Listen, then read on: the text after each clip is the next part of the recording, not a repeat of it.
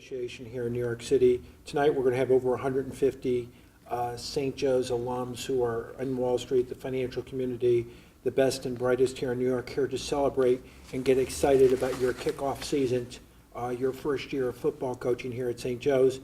And you know, my father went to school at St. Joe's with, I believe, your father, 1953, 1954 at St. Joe's. That's correct. And, you know, both of us have had a long history of football at St. Joe's. And I know you were an '84 graduate of St. Joe's, and the strong LaSallian tradition influenced you so strongly that while you went to college for 4 years at Canisius, you were coaching JV football at St. Joe's, which you coached from '84 to 2002, an 18-year run, winning 16 championships. And you moved on to the varsity from 2003 to 2005 as an assistant coach. You were the head football coach at St. Mary's, and you've come back home to where you belong, which is at St. Joe's. And we're looking so forward to you, you know, with all the honors that you've had, JV Coach of the Year awarded in 2002, introduction into the St. Joe's Hall of Fame. You know, you already have 24 years of, is that right? And my math's probably wrong, 26 years of coaching experience, and you're coming into St. Joe's. Tell me how it feels, Coach. Well, I'm very excited about the upcoming season. The older I get and the longer I've been coaching, I find that I depend a little bit more on the kids that I'm coaching to really amp me up. The seasons tend to happen at the end of the season. You have a tendency, once the season's over, to crash harder as you get older. But the excitement that the kids have and the passion that they have for what they're doing really invigorates you rather quickly after a couple of weeks to get the off-season started and start getting ready for the next year. Coach, what motivated you to get into coaching football? I had some great coaches, Sean, when I was at St. Joe's, and I learned a lot of football when I was there, but more importantly, I learned a lot of life lessons.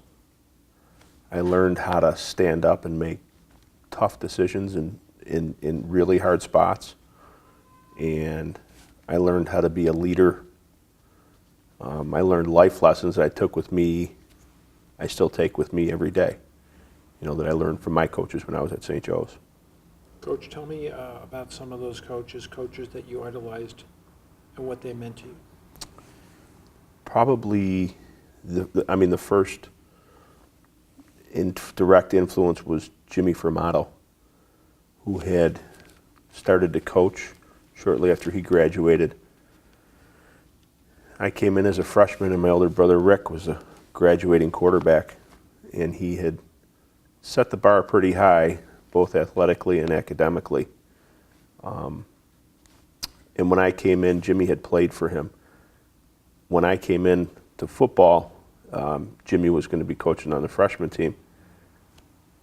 And then every time Bob Schreck, the JV coach, would come anywhere near our practice, he would take the ball out of my hands. I was a quarterback.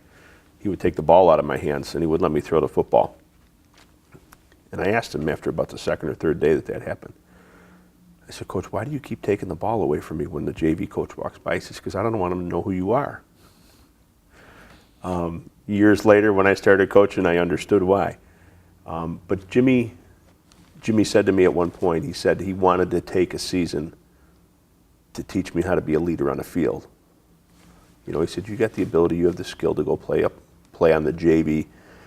He said, but you play with me, and I'm going to teach you how to be a leader. I'm going to teach you how to be a man. I remember Jimmy was a sophomore when I was a senior at St. Joe's in 1977. And in all my years of playing college football in the Ivy League, those two piston forms of his and how big they were and the shiver he could give you, I said, you know what? If he could match the foot speed with the arm shivers, there's no stopping this guy, because believe me, those forearms hurt. But it's great that, you know, in a way we've both been touched by the same guy, because I actually played with Tony Formato. But, Coach, we have this long legacy, and now you're coming into St. Joe's. You're hitting your own stride. We have a lot of parents out there who are thinking about sending their sons to St. Joe's.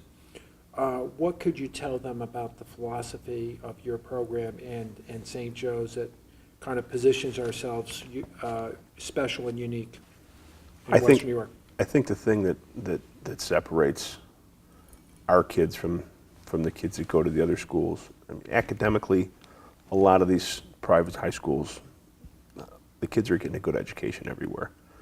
It's the intangibles, I think, that the kids get at St. Joe's. It's the sense of brotherhood, the camaraderie that, as you well know, lasts a lifetime. Your classmates from St. Joe's are your best of friends for the rest of your life. And I think that's very important for the kids to understand and for the parents to see, because at a young age, I don't think a kid in 7th or 8th grade has enough knowledge or foresight to make that decision by himself. Back when you were going to high school and when I was going to high school, I was told where I was going to high school. Whereas now there's a lot more influence from the kids on where they want to go to school, and they're influenced by their peers from grammar school or grade school.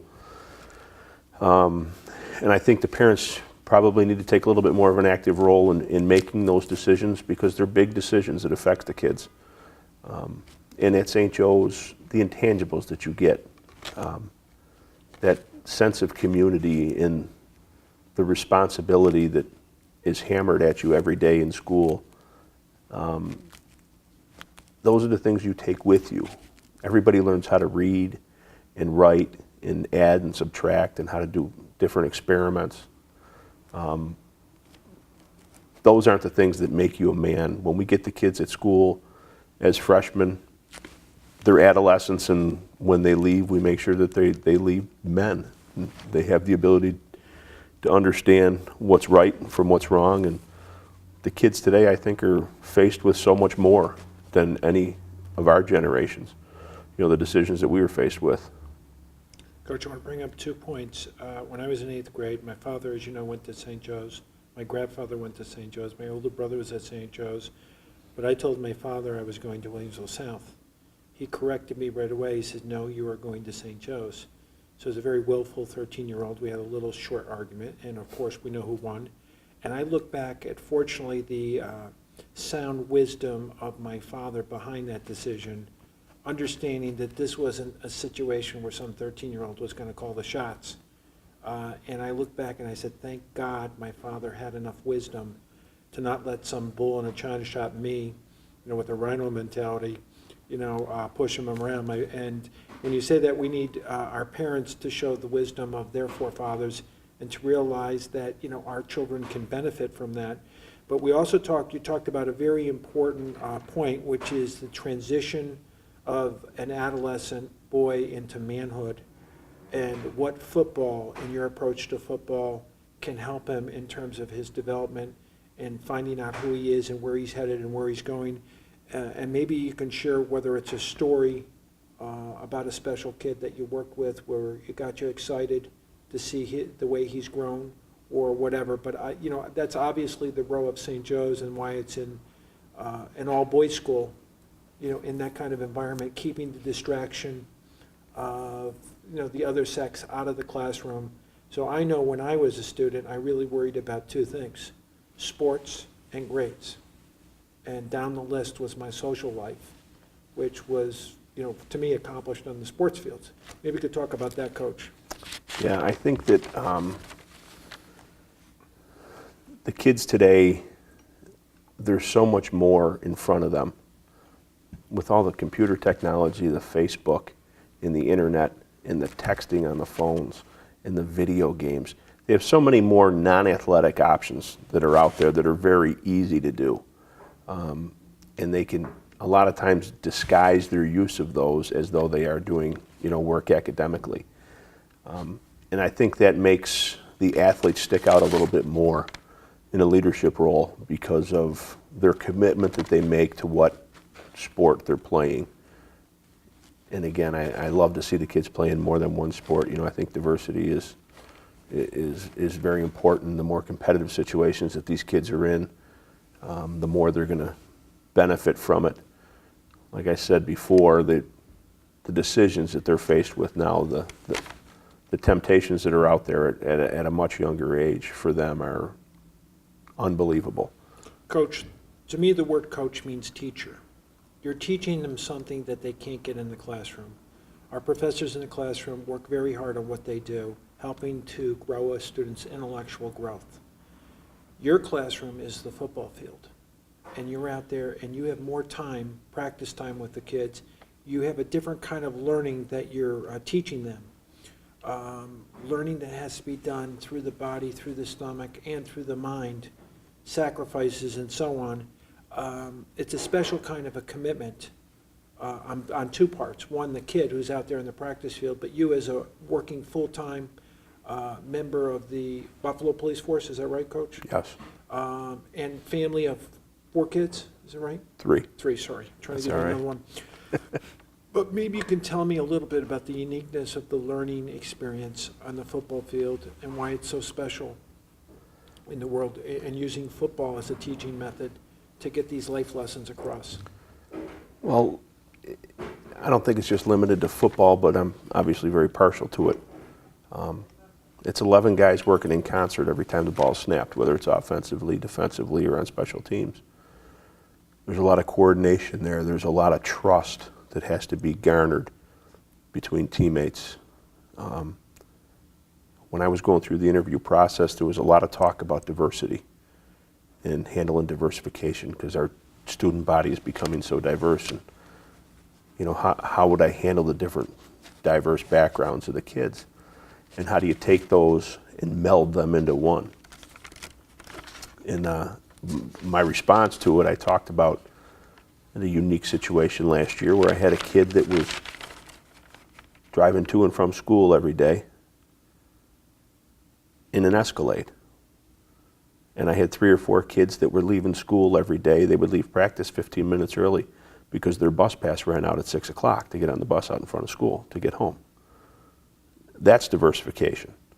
You know, you're talking about kids that are coming from all different walks of life, all different neighborhoods, sometimes different religious backgrounds. The one common thing they have is their undying passion to compete. In our case, it's football. So they got to learn how to trust each other, and that's one of our jobs, is to teach them all so that we develop them so that they do trust each other and they compete as a group, as a team, and they win that way and they lose that way. And once you get them to that point, they're going to win games, there's no doubt. But in the end, they're going to win in life because they have learned at a young age how to do so much with such a diverse group of people that they'll have the ability to adapt to any situation they're in. Coach, you know, what worked 25 years ago, coaching kids on the football fields, changed a little bit. Maybe what's changed is a kid's attention span and his ability to focus and concentrate on things. Have you developed any new theories or systems in terms of knowing that these kids, you know, are playing video games and, you know, their attention span, to me, is shorter probably than the athlete 25 or 30 years ago? It is. Today's kid, today's athlete, it's such a visual world.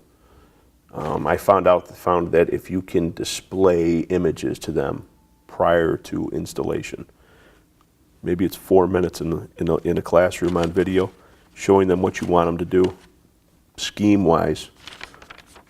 You go out on the field, then they've seen it once or twice.